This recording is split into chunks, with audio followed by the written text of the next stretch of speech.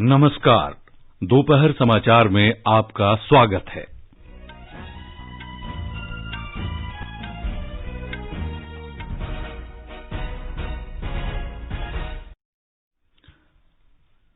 केंद्रीय मंत्रिमंडल ने जैव ईंधन पर राष्ट्रीय नीति 2018 में संशोधन को मंजूरी दी।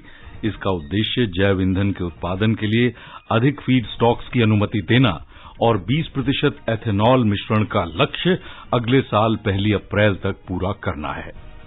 राष्ट्रपति रामनाथ कोविंद ने कहा, भारत और जमाइका के बीच व्यापार, रेलवे, कृषि, आतिथ्य और पर्यटन सहित विभिन्न क्षेत्रों में सहयोग की अपार संभावनाएं।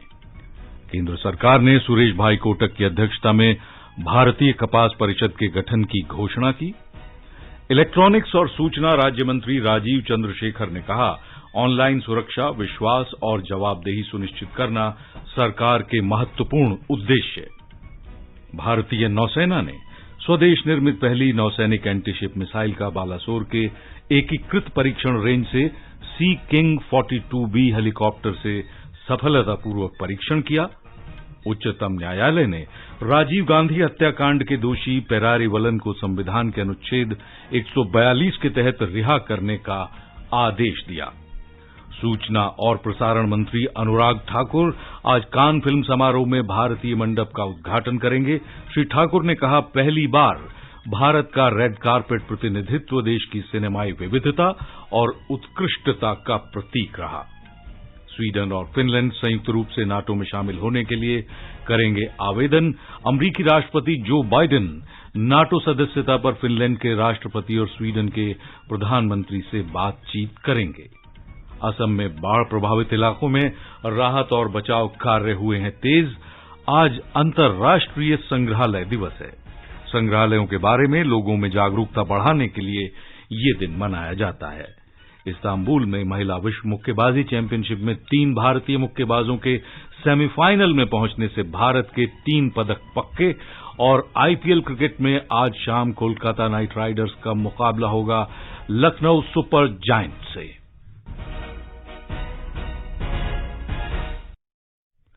दोपहर समाचार में अतहर सईद के साथ मैं मुनीश शर्मा। देश के 75वें स्वाधीनता दिवस समारोहों के उपलक्ष्य में आजादी का अमृत महोत्सव के अंतर्गत सरकार अनेक गतिविधियों का आयोजन कर रही है। इस अवसर को जन उत्सव के रूप में मनाते हुए आकाशवाणी समाचार स्वाधीनता संग्राम और उसके गौरवशाली इतिहास पर विशेष प्रश्नोत्तरी कार्यक्रम प्रसारित कर रहा है। कल अमृत महोत्सव क्विज का प्रश्न था, उस स्वतंत्रता सेनानी का नाम बताएं जो मैसूर के गांधी के नाम से लोकप्रिय थे। उन्होंने अस्पृश्यता उन्मूलन की वकालत की और 1925 में खद्दर सहकार संघ की शुरुआत की। इस प्रश्न का सही उत्तर है तगादुरु रामाचंद्र राव। आकाशवाणी समाचार को दुनिया भर के श्रोताओं से इस प्रश्न का उत्तर मिला है। भाग्यशाली विजेता हैं देहरादून उत्तराखंड के धनंजय सिंह लिंगवाल। आजादी के अमृत महोत्सव के अवसर पर मैं धनंजय सिंह लिंगवाल, जिला समाज कल्याण अधिकारी पौड़ी, ऑल इंडिया रेडियो को बहुत बहुत बधाइयां देता हूं और धन्यवाद देता हूं कि उनके द्वारा मेरा क्विज में चयन किया गया है। और मैं समस्त देशवासियों से अपील करना चाहूंगा ऑल इंडिया रेडियो के माध्यम से कि आजादी के अमृत महोत्सव में बढ़ चढ़कर हिस्सा लें। अमृत महोत्सव क्विज का अगला प्रश्न सोमवार 23 मई को पूछा जाएगा। आकाशवाणी के साथ अमृत महोत्सव क्विज में भाग लेकर स्वतंत्रता की 75वीं वर्षगांठ समारोहों में शामिल हों। और अब समाचार विस्तार से। केंद्रीय मंत्रिमंडल ने जैव ईंधन 2018 पर राष्ट्रीय नीति में संशोधन को मंजूरी दे दी है।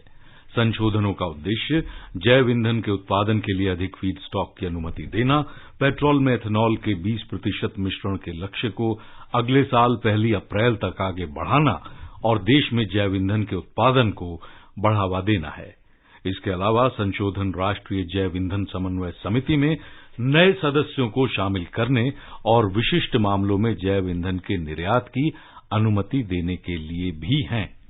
इन संशोधनों से मेक इन इंडिया अभियान का मार्ग प्रशस्त होगा, जिससे जैव ईंधन के उत्पादन बढ़ने से पेट्रोलियम उत्पादों के आयात में कमी आएगी। राष्ट्रपति रामनाथ कोविंद ने कल रात जमैका की संसद के दोनों सदनों की संयुक्त बैठक को संबोधित किया। जमैका सीनेट के अध्यक्ष थॉमस टावरेस फिनसन और सदन की अध्यक्ष मॉरिशा डेल रिम्पल ने राष्ट्रपति का स्वागत किया। जमैका के प्रधानमंत्री एंड्रयू हॉलनेस ने स्वागत भाषण देते हुए कहा कि भारत द्वारा उपलब्ध कराए गए सहयोग से दोनों देशों के संबंध और गहरे हुए हैं। प्रधानमंत्री के संबोधन के बाद जमैका की संसद में विपक्ष के नेता मार्क गोल्डिंग ने राष्ट्रपति कोविंद का स्वागत किया। श्री कोविंद ने जमैका की संसद को भारत में हो रहे प्रौद्योगिकी विकास के बारे में जानकारी दी। उन्होंने भारत के शिक्षा क्षेत्र में हो रही प्रगति का विशेष रूप से उल्लेख किया। राष्ट्रपति ने कहा कि एक समृद्ध और सतत अर्थव्यवस्था बनने के साथ साथ अपनी जनता को सशक्त करने और सुरक्षित, गहन और न्यायप्रिय समाज सुनिश्चित करने के जमैका के विजन 2030 के लक्ष्यों का भारत समर्थन करता है। उन्होंने कहा कि दोनों देशों के बीच व्यापार, रेलवे, कृषि, आतिथ्य और पर्यटन सहित सहयोग और आपस में सीखने की अपार संभावनाएं हैं। Jamaica's strategic position in the vicinity of some of the largest global economies. India shares Jamaica's Vision 2030 goals of empowering its people and ensuring a secure, cohesive and just society while becoming a prosperous and sustainable economy. India is ready to partner with Jamaica and share its technical skills, knowledge and expertise which could transform Jamaica's education and businesses. India and Jamaica are already cooperating under the International Solar Alliance for reducing the carbon footprint. राष्ट्रपति कोविंद ने senate के अध्यक्ष और Jamaica के सदन के अध्यक्ष की उपस्थिति में आगंतुक पुस्तिका पर हस्ताक्षर के साथ यात्रा संपन्न की। केंद्र सरकार ने जाने माने कपास पुरुष सुरेश भाई कोटक की अध्यक्षता में भारतीय कपास परिषद के गठन की घोषणा की है। इसमें कपड़ा, कृषि, वाणिज्य तथा वित्त मंत्रालय और भारतीय कपास परिषद तथा कपास अनुसंधान परिषद के प्रतिनिधि शामिल होंगे। परिषद की पहली बैठक इस महीने की 28 तारीख को होगी, जिसमें कपास क्षेत्र में सुधार के लिए व्यापक कार्य योजना बनाने पर विचार विमर्श होगा। ये जानकारी कल कपड़ा मंत्री पीयूष गोयल की अध्यक्षता में हुई कपास मूल्य श्रृंखला के हितधारकों के साथ बैठक में दी गई। ये समाचार हमारी वेबसाइट newsonair.com/hindi और हमारे mobile app news on AIR पर भी उपलब्ध हैं। सुनो ना, हाँ? सोच रहा हूँ अपना बिजनेस क्यों न बढ़ा लूं। तो रोका किसने है? हाँ? रोका तो किसी ने नहीं, पर समझ नहीं आ रहा कि मदद किससे मांगूं। मुझसे। तुमसे? तो अच्छा बताओ फिर। आकाशवाणी है ना, मैंने सुना है उसका नेटवर्क देश भर में फैला है। पर उससे मेरा क्या फायदा? देखो, फायदा है, जिस शहर में चाहो विज्ञापन की मदद से उपभोक्ताओं तक पहुंच जाओ। पर अब ये भी तो बता दो कि आकाशवाणी से संपर्क कैसे करूं? बहुत आसान है, मैं बताती हूँ। नंबर नोट करो, 870-001-4242। ओ 870-001-4242। लो अभी फोन लगाता हूँ 870-001-4242 पर।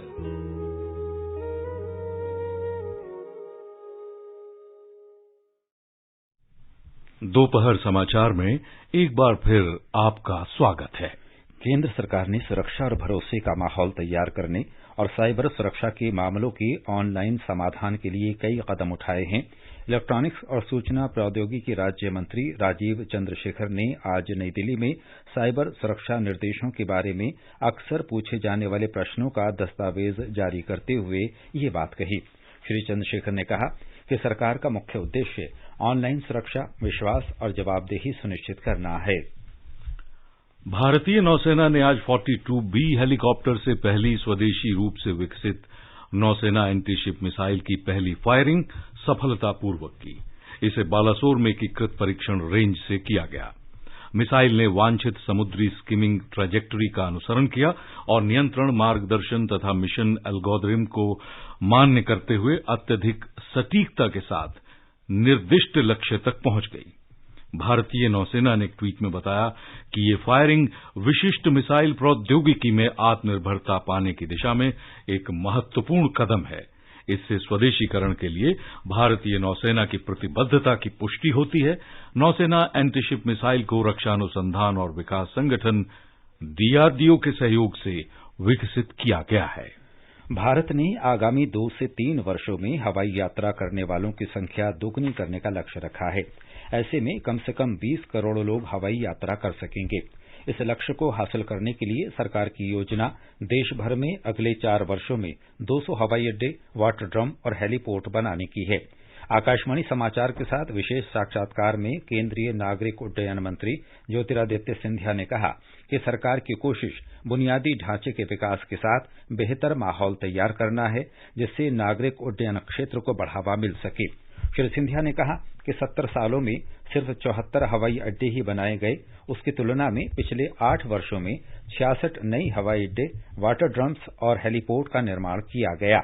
We were at 144 million discrete travelers, 14.4 crore discrete travelers in 1920 before the pandemic hit us. This year we closed at close to roughly about 100 million discrete travelers. I see that going up to 200 million discrete travelers or 20 crore passengers by the year 2025-26 or so. So I see us doubling in the next 2 or 3 years. स्वदेशी नौवहन प्रणाली गगन के बारे में बात करते हुए श्री सिंधिया ने कहा कि वायुयानों की संख्या बढ़ने से हवाई यातायात में भी वृद्धि हुई है। इससे नौवहन प्रणाली और हवाई यातायात प्रबंधन प्रणाली पर दबाव बढ़ा है। उन्होंने कहा कि सुरक्षा की दृष्टि से ये दोनों बहुत महत्वपूर्ण हैं। श्री सिंधिया ने नौवहन प्रणाली गगन के विकास के लिए वैज्ञानिकों और अभियंताओं की प्रशंसा की। केंद्रीय मंत्रिमंडल ने होल्डिंग और मूल सार्वजनिक क्षेत्र के उपक्रमों के निदेशक मंडल को उनकी किसी भी सहायक इकाइयों और संयुक्त उद्यमों में हिस्सेदारी के विनिवेश या बंद करने की प्रक्रिया की सिफारिश करने के अधिकार के प्रस्ताव को अपनी मंजूरी दे दी है। मंत्रिमंडल ने महारत्न सार्वजनिक क्षेत्र के उद्यमों के होल्डिंग और पेरेंट मूल सार्वजनिक क्षेत्र के उपक्रमों में विनिवेश, हिस्सेदारी की बिक्री के लिए सैद्धांतिक मंजूरी देने के लिए वैकल्पिक तंत्र को भी अधिकार दिया है। आगे बढ़ने से पहले मुख्य समाचारों पर एक नजर। केंद्रीय मंत्रिमंडल ने जैव ईंधन पर राष्ट्रीय नीति 2018 में संशोधन को मंजूरी दी। इसका उद्देश्य जैव ईंधन के उत्पादन के लिए अधिक फीड स्टॉक्स की अनुमति देना और 20% एथेनॉल मिश्रण का लक्ष्य अगले वर्ष 1 अप्रैल तक पूरा करना है। राष्ट्रपति रामनाथ कोविंद ने कहा, भारत और जमैका के बीच व्यापार, रेलवे, कृषि, आतिथ्य और पर्यटन क्षेत्रों सहित विभिन्न क्षेत्रों में सहयोग की अपार संभावनाएं। केंद्र सरकार ने सुरेश भाई कोटक की अध्यक्षता में भारतीय कपास परिषद के गठन की घोषणा की। इलेक्ट्रॉनिक्स और सूचना राज्य मंत्री राजीव चंद्रशेखर ने कहा, ऑनलाइन सुरक्षा, विश्वास और जवाबदेही सुनिश्चित करना सरकार के महत्वपूर्ण उद्देश्य। भारतीय नौसेना ने स्वदेश निर्मित पहली नौसैनिक एंटी शिप मिसाइल का बालासोर के एकीकृत परीक्षण रेंज से सीकिंग 42B हेलीकॉप्टर से सफलतापूर्वक परीक्षण किया। उच्चतम न्यायालय ने राजीव गांधी हत्याकांड के दोषी पैरारी वलन को संविधान के अनुच्छेद 142 के तहत रिहा करने का आदेश दिया। सूचना और प्रसारण मंत्री अनुराग ठाकुर आज कान फिल्म समारोह में भारतीय मंडप का उद्घाटन करेंगे। श्री ठाकुर ने कहा, पहली बार भारत का रेड कार्पेट प्रतिनिधित्व देश की सिनेमाई विविधता और उत्कृष्टता का प्रतीक रहा। स्वीडन और फिनलैंड संयुक्त रूप से नाटो में शामिल होने के लिए आवेदन करेंगे। अमेरिकी राष्ट्रपति जो बाइडेन नाटो सदस्यता पर फिनलैंड के राष्ट्रपति और स्वीडन के प्रधानमंत्री से बातचीत करेंगे। असम में बाढ़ प्रभावित इलाकों में राहत और बचाव कार्य तेज।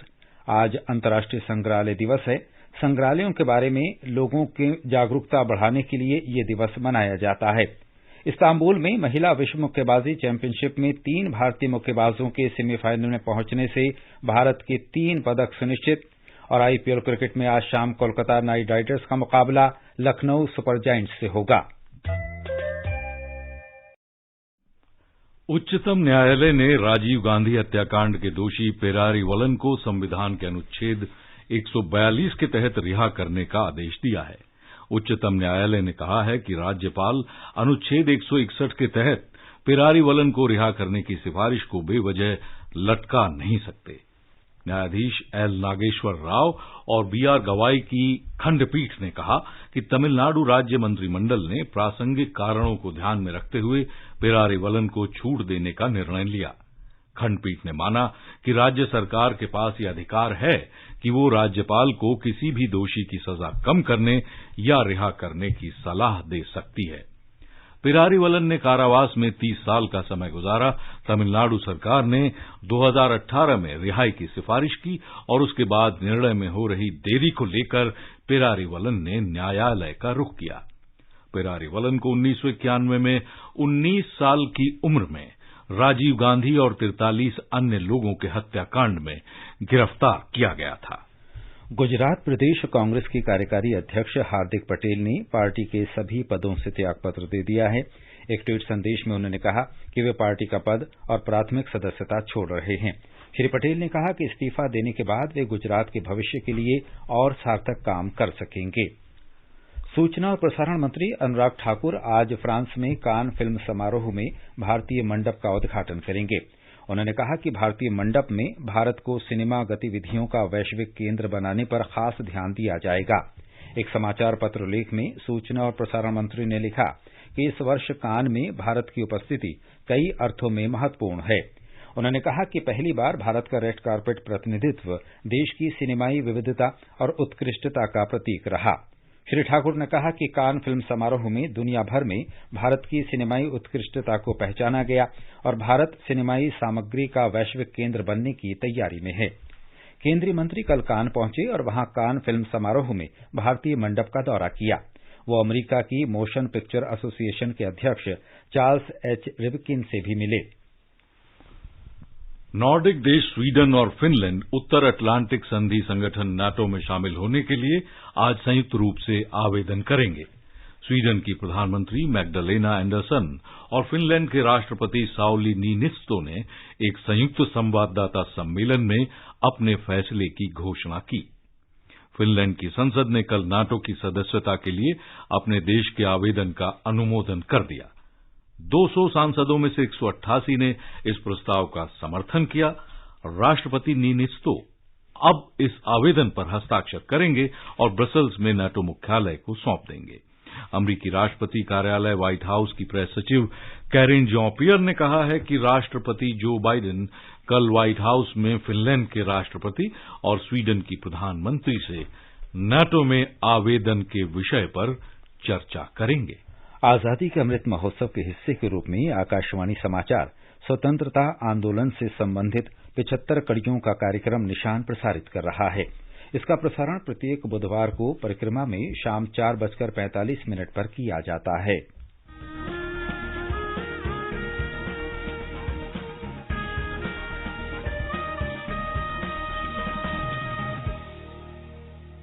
स्वाधीनता संग्राम के वे निशान जो साक्षी हैं हमारे सेनानियों के संघर्ष और बलिदान के। आकाशवाणी समाचार ला रहा है विशेष श्रृंखला निशान। हर बुधवार को शाम 4:45 पर कार्यक्रम परिक्रमा में FM गोल्ड 100.1 मेगाहर्ट्ज पर।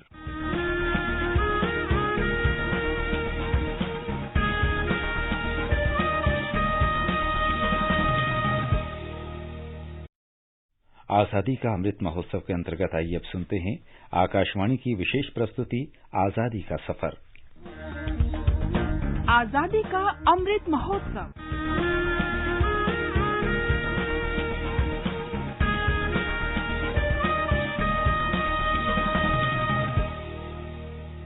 आजादी का सफर आकाशवाणी के संग।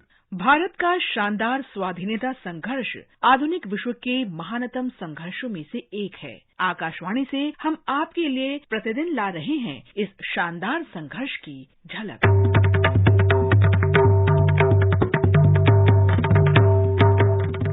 आज की कड़ी में हम देशभक्त कवि मुकुंद दास को श्रद्धांजलि अर्पित कर रहे हैं। उनका निधन 18 मई 1934 को हुआ था। अपने लेखन के माध्यम से दास ने ग्रामीण बंगाल में स्वदेशी आंदोलन को फैलाने में योगदान दिया।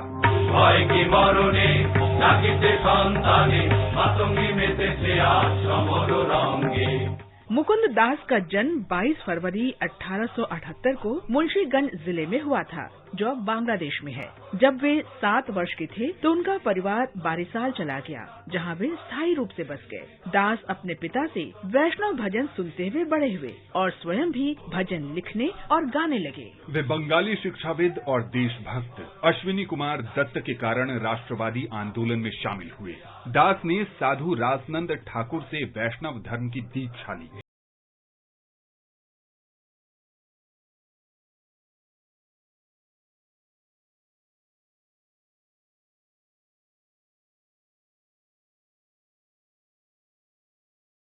अश्विनी कुमार दास ने 1905 में बंगाल के विभाजन के विरोध में बारिसाल टाउन हॉल में प्रेरक भाषण दिया। दत्त चाहते थे कि नेताओं के संदेश नाटकों के माध्यम से गांवों तक पहुंचाए जाएं। मुकुंद दास अश्विनी कुमार दास के भाषण से अत्यधिक प्रभावित हुए। उन्होंने महान देशभक्त की इच्छा पूरी करने का इरादा किया। 3 महीने में ही उन्होंने मातृ पूजा नाटक की रचना कर ली। इस नाटक का मुख्य विषय देशभक्ति और स्वाधीनता आंदोलन था।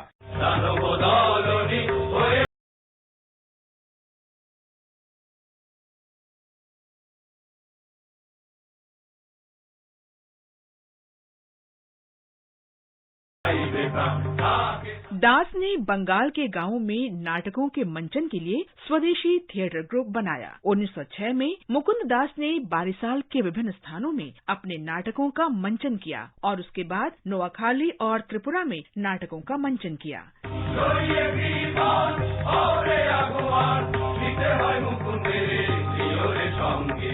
2 वर्ष तक सफलता पूर्वक संचालन के दौरान मातृ पूजा ने बंगाल के लोगों के दिलों में देशभक्ति की भावना का संचार किया। प्रेस ने इस नाटक का और अधिक प्रचार प्रसार किया।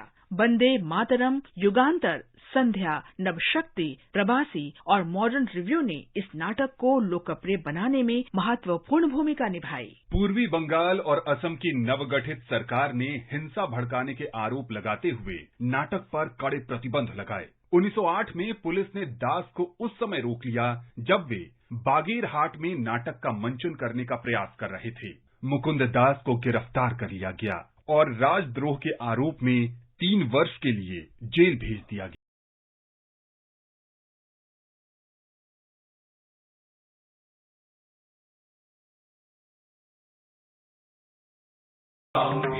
मुकुंद दास भी असहयोग आंदोलन में शामिल हो गए। जब आंदोलन वापस ले लिया गया तो मुकुंद दास कोलकाता में बस गए। सरकार ने मातृ पूजा पर प्रतिबंध लगा रखा था, इसलिए दास ने प्रतिबंध से बचने के लिए सामाजिक नाटक लिखने शुरू किए। 1932 में सरकार ने उनके सभी नाटकों पर प्रतिबंध लगा दिया। प्रतिबंध के बाद दास केवल गायन तक सीमित रह गए। वे अपनी नाटक मंडली के साथ केवल संगीत शो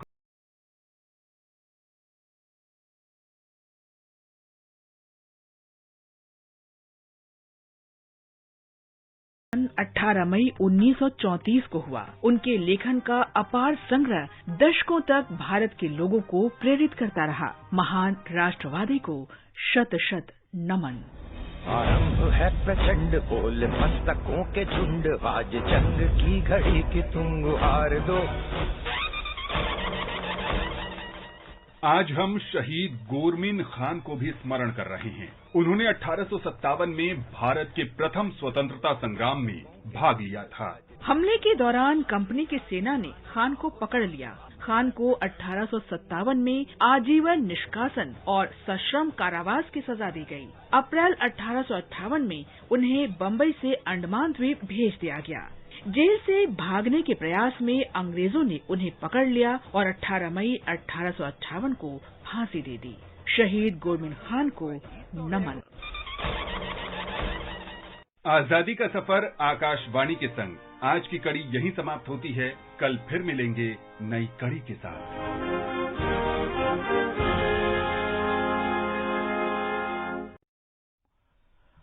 आज अंतर्राष्ट्रीय संग्रहालय दिवस है। संग्रहालयों के बारे में लोगों को जानकारी देने के लिए हर साल 18 मई को ये दिवस मनाया जाता है। संग्रहालय सांस्कृतिक आदान प्रदान, लोगों के बीच आपसी समझ, सहयोग और शांति के विकास का एक महत्वपूर्ण साधन है। हमारा आज का संस्कृति संदेश समर्पित है अंतर्राष्ट्रीय संग्रहालय दिवस को।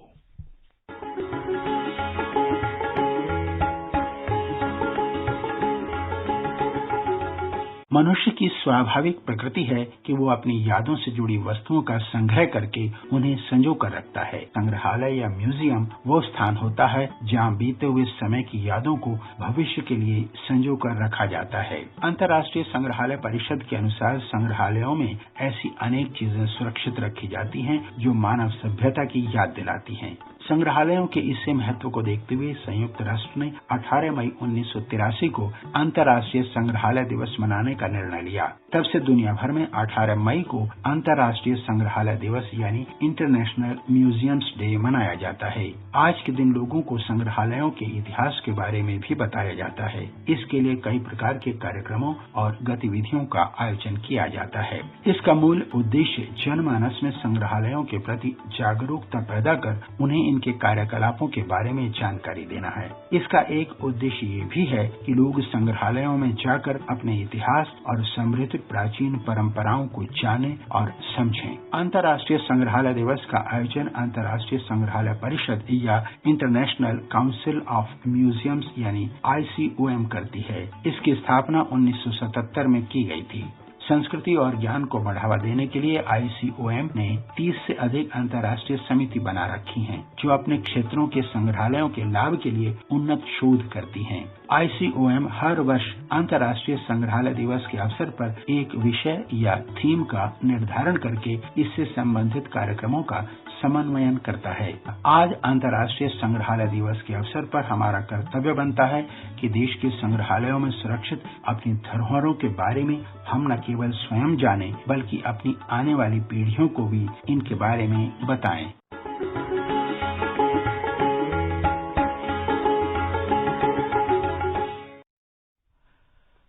ये समाचार आकाशवाणी से प्रसारित किए जा रहे हैं।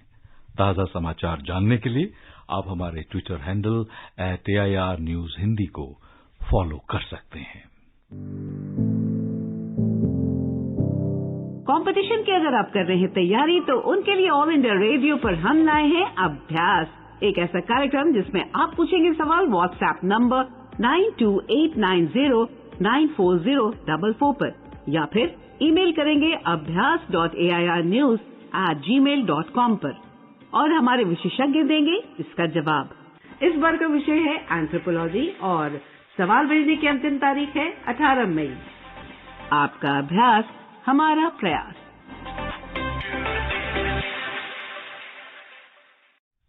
असम में सेना, राष्ट्रीय आपदा मोचन बल, राज्य आपदा मोचन बल और स्थानीय प्रशासन ने बाढ़ प्रभावित इलाकों में बचाव और राहत कार्य तेज कर दिए हैं।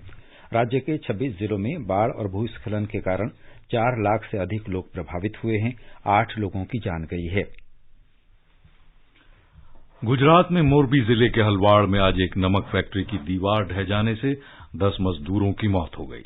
सूत्रों के मुताबिक करीब 30 मजदूरों के मलबे में दबे होने की आशंका है। अभी तक 10 मजदूरों के शव निकाले जा चुके हैं। राहत कार्य शुरू कर दिया गया है और घायलों को नजदीक के अस्पताल में भर्ती कराया गया है। ब्यौरे की अभी प्रतीक्षा है। प्रधानमंत्री ने दुर्घटना पर दुख व्यक्त किया है। उन्होंने मृतकों के परिवार के प्रति संवेदना व्यक्त की है। आकाशवाणी और दूरदर्शन समाचार की पूर्व महानिदेशक बिमला भल्ला का कल रात निधन हो गया। भारतीय सूचना सेवा के अनुभवी अधिकारी श्रीमती बिमला भल्ला ने नवंबर 1990 से सितंबर 1992 तक आकाशवाणी समाचार की महानिदेशक के तौर पर कार्य किया। इस्तांबुल में IBA महिला विश्व मुक्केबाजी चैंपियनशिप में भारतीय मुक्केबाज निखत जरीन, मनीषा और प्रवीण का शानदार प्रदर्शन जारी है और उन्होंने कल सेमीफाइनल में पहुंचकर 3 पदक पक्के कर लिए हैं। IPL क्रिकेट में आज कोलकाता नाइट राइडर्स का मुकाबला लखनऊ सुपर जायंट्स से होगा। मैच नवी मुंबई में शाम 7:30 बजे से खेला जाएगा। और अंत में इस बुलेटिन के मुख्य समाचार एक बार फिर। केंद्रीय मंत्रिमंडल ने जैव ईंधन पर राष्ट्रीय नीति 2018 में संशोधन को मंजूरी दी।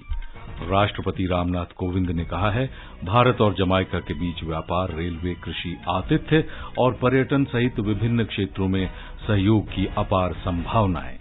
केंद्र सरकार ने सुरेश भाई कोटक की अध्यक्षता में भारतीय कपास परिषद के गठन की घोषणा की। इलेक्ट्रॉनिक्स और सूचना राज्य मंत्री राजीव चंद्रशेखर ने कहा है, ऑनलाइन सुरक्षा, विश्वास और जवाबदेही को सुनिश्चित करना सरकार का महत्वपूर्ण उद्देश्य है।